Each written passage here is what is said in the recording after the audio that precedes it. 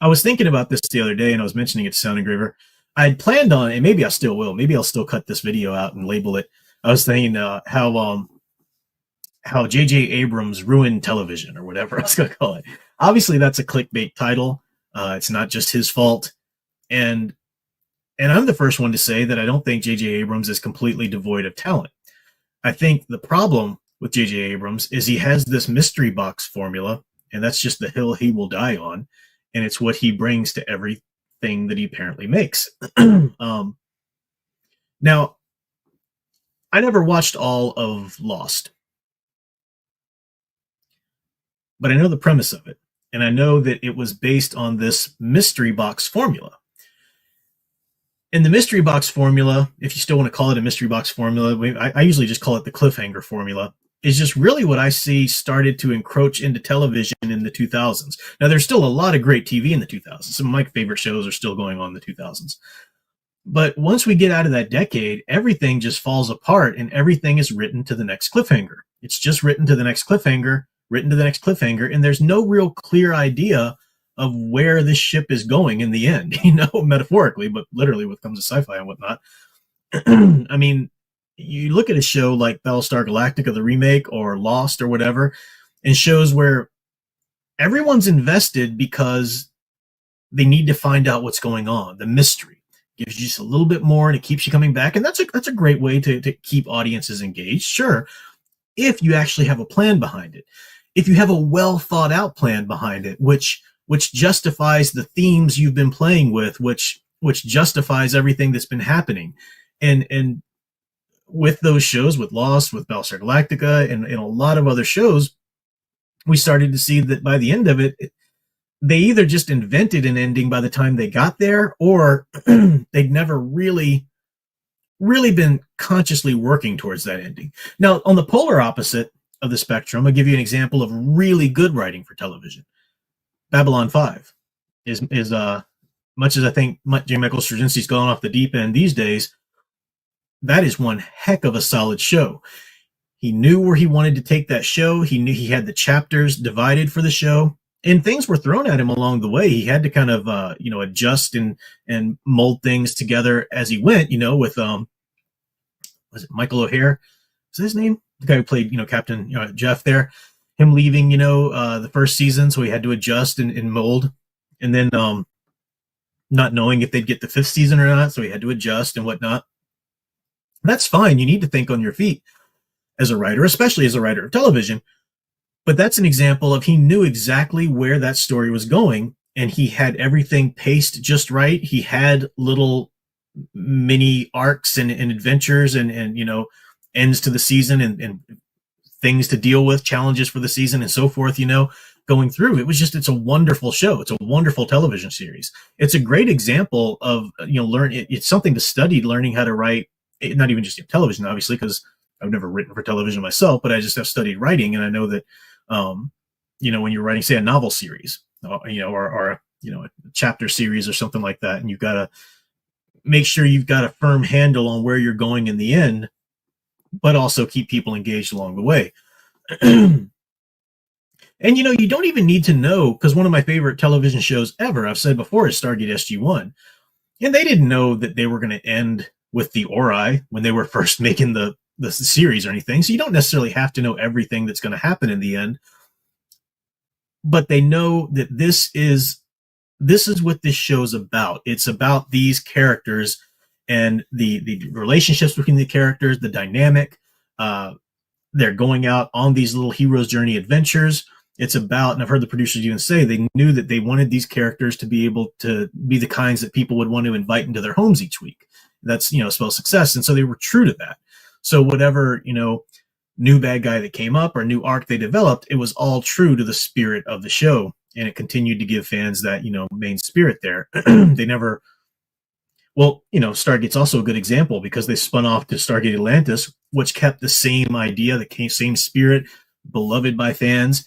And then they decided to throw all that crap out and do Stargate Universe, which is completely different, whole different approach, whole different feel, let's not have any characters that people can root for. Let's just make it all a bunch of dark nihilism, like, Battlestar Galactica in terms of the character arcs and whatnot. And it was just crappy. So, that's another good example. But, we saw that happen. Maybe start to creep in a little bit with the aughts. And then in the last decade, the teens, what happened? I've talked about watching Sleepy Hollow, watching Grimm. A lot of these shows start out with such a good premise. And what happens? They just lose it. It's I don't know if it's the producers themselves that just don't know how to write anymore. So they don't know how to continue to develop in a well, paced manner the things that they begin with, or if it's, sort of studio execs coming in and just saying, you need to change this up and throw this over here and make this character like that so we can just kind of shake it up and keep viewers interested for the next season or whatever. But I do think it comes to a lot of that, let's just keep shaking things up so they'll never know what to expect next and they'll keep coming back. And that's a horrible, horrible way to approach storytelling. Again, that's the Dan DiDio's biggest mistake ever. He just couldn't handle, if things were going well, DC Rebirth's happening, everyone's coming back to DC, everyone's loving it. Oh, I gotta shake that up. Why? I mean, I'll never forgive that man for ending Tomasi's epic Superman run. Dan Jurgens' great run on Action Comics. Anyway. Television series now, it's gotten to the point where who cares? Like, if there's a new TV show, oh, did you think, so even, it's kind of like comic books now. How if back in the day, I can look at this Mark Waid Captain America title, from the 90s or whatever, or, as I said, J. Michael Straczynski's great comics of back in the day, or Babylon 5, anything that those people are doing today, pass. I don't care. Their names don't drive me to it at all, because they I don't know what's going on today. But especially in television, people will say, oh, but Cooper and Wright are doing this other show. Don't you want to check that out? No. Especially not after they did Stargate Universe. Pass. I'm good, thanks. So I don't know. Television is.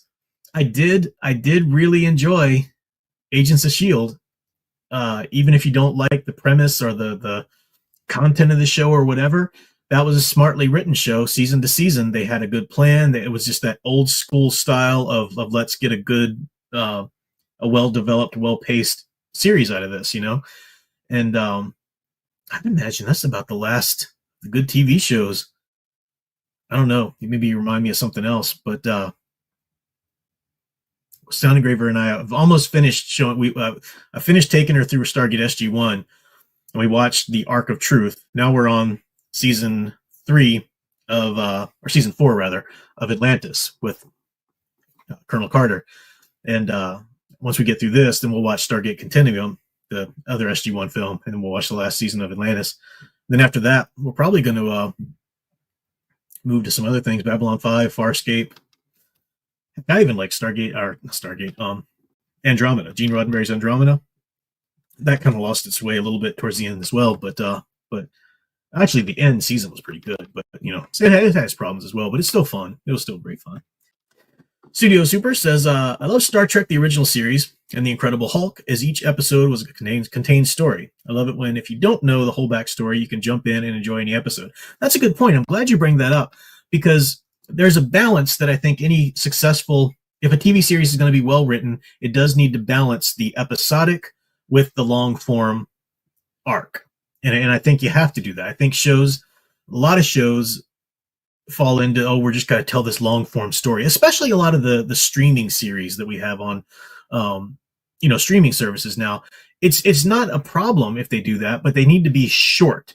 When you've got a streaming, a series that's going on for so long and they're just still slogging through this long form, it's like, man, come on. Books are divided into chapters for a reason. And they're not just divided into chapters so people can hold their place better. They're divided into chapters so that you can have like a little mini arc. And that's how good stories are told, is, developing these little sort of mini arcs and whatnot on your way to the big arc. So yeah, there has to be a real good balance between the episodic. I've been watching X-Files, for example, and they're doing it great. They're doing it so wonderfully. I just watched in season 6, the Christmas episode from season 6 with Lily Tomlin and Ed Asner in the haunted house. So good, so good.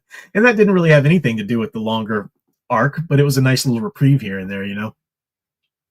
Also, speaking of Millennium, I should say that season 3, I'm still getting through it, seeing what it does for trying to like course correct or whatever.